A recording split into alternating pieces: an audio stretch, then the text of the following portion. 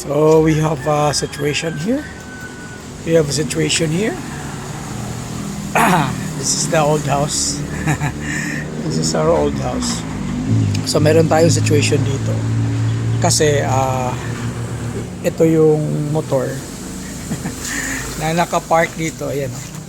Ayan. Yung motor na nakapark na hindi na ginagamit. What happened? Ay yung tambotso niya. Tambotso. Ayan. So yung tambotso niya ay pinugaran ng stainless B. What I want to do is to transfer the bees to the hive.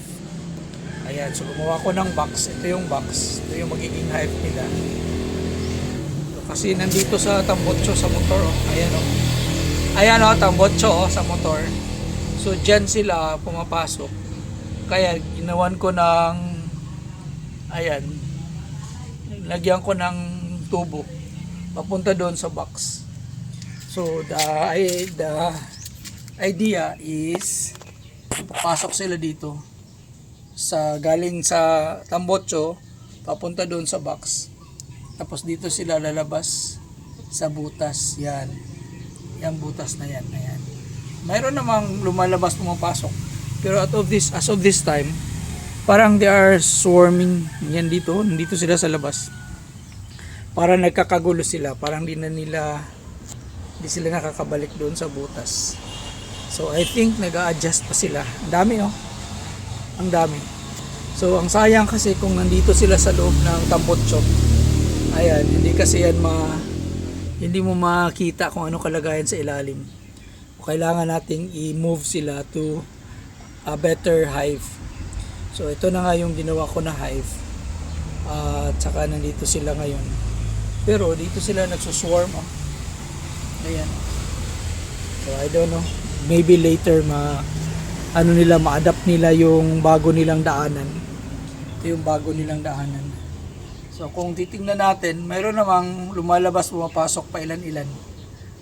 Pero karamihan sa mga lumalabas ay hindi na sila pumapasok. Dito sila tumatambay. Oh.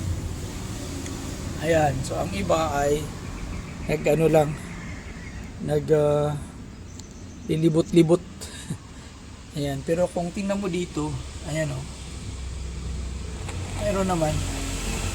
Ayan. Itutok muna natin dyan. Okay.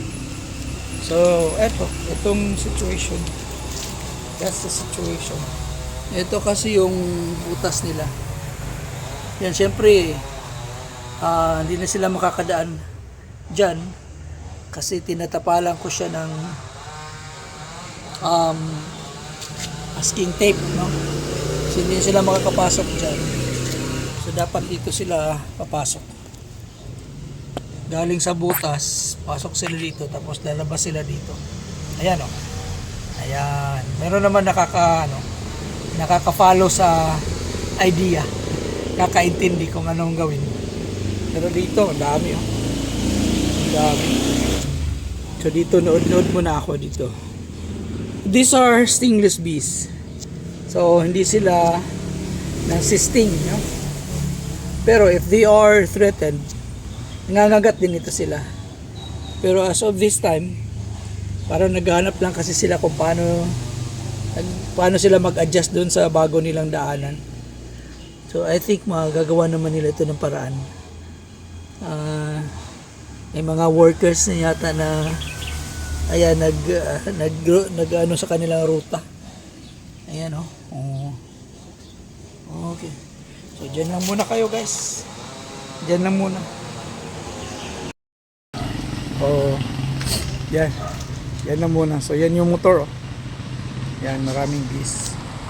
So pagka na-move ko yun successfully, ay magkakaroon ako ng dalawang beehive. So kung tingnan natin yung isa dito, ito ay okay na, established na sila.